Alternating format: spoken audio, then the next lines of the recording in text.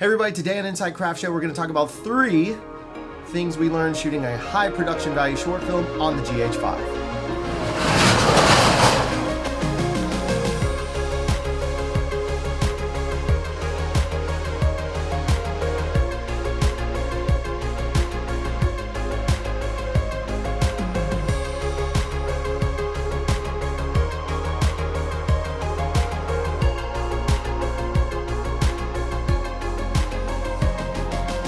Today in Inside Craft Show, I wanted to talk about the 3 major takeaways I can give of shooting a short film, a 3-day shoot, almost 1,000 miles we traveled on the GH5. We had full cast, full crew, lighting, the whole game, right? I just wanted to kind of go over these 3 major things that stood out to me. We treated it as if we were shooting any other film we've ever done, any other project we've ever done. We just kind of jumped in there. So the first one that I want to talk about is the idea that the weather, the heat, the dust, we'll call it the elements. How well did this camera fare in the element? We, if you've seen any of the other videos, like us doing our location scouting or whatever, we really took this camera into some brutally hard environments. Harsh is a good word to use instead of hard. Harsh environments is what we did.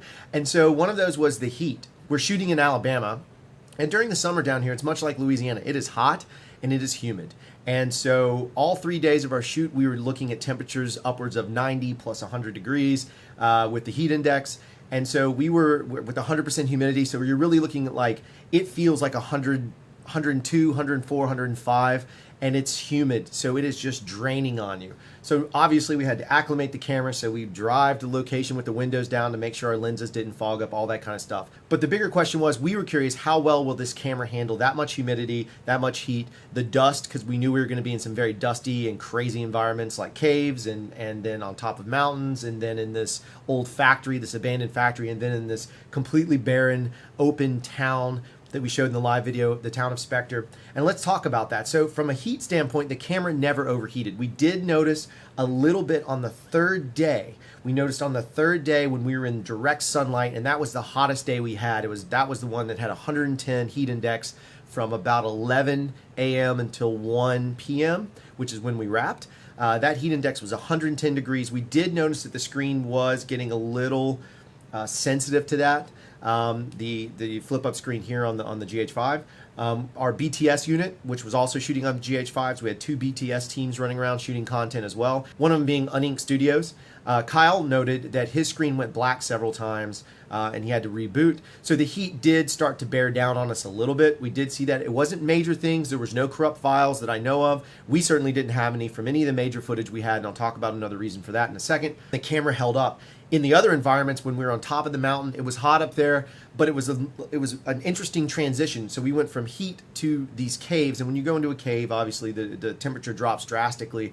And even then, in those damp, kind of dusty environments, because it hadn't rained, so it was dry, and the floor is obviously dirt, it didn't look so bad. Like, we were able to kind of process through it, take the camera in. Some of the footage you're seeing now is, grainy because I couldn't shoot it, and I handed it to one of our guides and said, hey, here's a GH5, just go with it, which is another fun note. I put a camera in the hands of someone who's never shot, and it's not perfect, but she did a pretty good job. Like, good for her. Just a testament to GH5's ability to do some cool stuff. So in that element, dealing with the harsh environments of heat, the camera did, if I gave it if 100 is flawless and a 0 is a red, generation 1, I would give it a 90.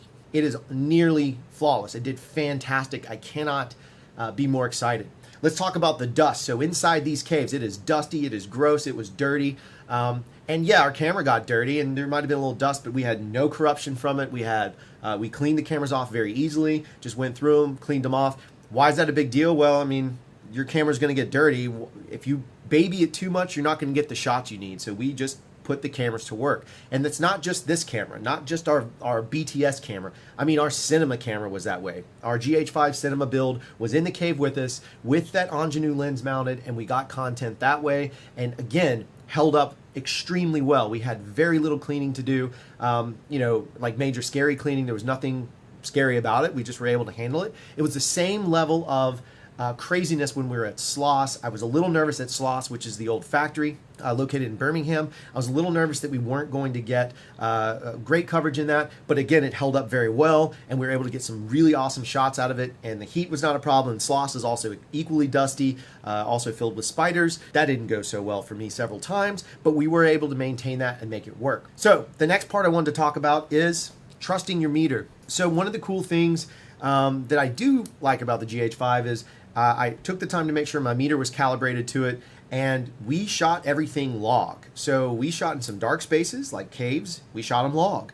And yeah, there's a little bit of noise. We call it grain. It's okay to see that. If you don't want that, get a bigger budget, pump in more light. But for us, we're okay with it because it's supposed to be gritty. We want to see that look. But even looking through the footage now, it's very minimal, and frankly, it's a nice kind of approach. So trust your meter and use that. But in lieu of that, the combo that we found worked really well is we would frame up our shots, get our lighting set. We would obviously meter everything out, look through the monitor, read our histogram, make sure that we were getting, pardon this, I'm not flipping you off, but what we like to see on the histo looks like a middle finger, right? So this is your highlights, here's your blacks, or here's your mids, here's your blacks. It's a middle finger. Make sure that thing is flipping you off. If it's flipping you off and it's in the center, so if this is the whole gambit, right, you just want to make sure it's flipping you off. Your darks are in the right spot, your mids are in the right spot, and your highlights are in the right spot. I am not flipping you off. I am saying this is a meter bit. But if you get that middle finger and you can create that on your histo, you get a good exposure. Frame up the shot, we would pop up the waveform, make sure that we were living within the space, which again, we tried to shoot everything, all of our lows at 10 IRE,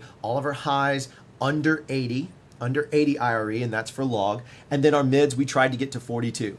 They're gonna range back and forth, different skin tones. We shot in some gray environments. We really pushed ourselves to make it a challenging, rocks are gray, so you're getting into this really challenging element. We did that, and the exposures look fantastic. We're very happy with them. What we've seen in daily so far, everything looks really great. It's stylish, but it looks really great. Meter, waveform, and histo. Then when we got ready to shoot, we would turn off the waveform monitor because it does take up more screen space, valuable screen space, and use that. Finally, I wanted to talk about the technical sides of the camera. I'm not going to talk about noise. I'm not going to talk about grain. I'm not going to talk about that. I'm going to talk about how we approach the technical aspect. We did do dual right, and I will tell you it is one of my favorite things. I now will do it on any major project. If I'm just vlogging or doing something simple for Inside Craft Show, I may just do the, single right, and then it can bounce to the next one. Or if I was doing a really long form piece and I didn't have giant cards, I would do that. But for this case, we did dual right. So we had both cards getting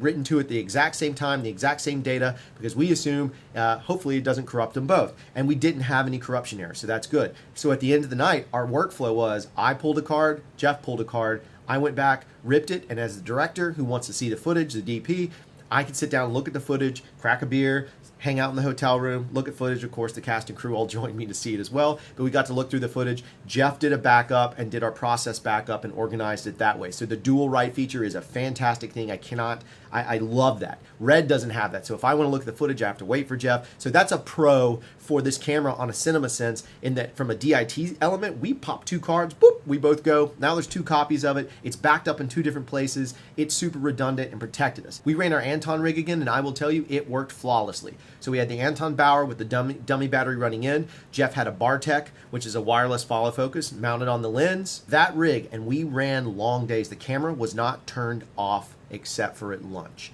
We ran 2.5 days, I believe, like 2.5 days of full battery life out of the 3. So the end of the second day, we had to change batteries for the very first time, and that's after me and Jeff traveled up the mountain. That's after we started shooting Sloss, and again at Sloss, we shot with the camera on all day. We ran it through its paces. I cannot preach the awesomeness of that enough.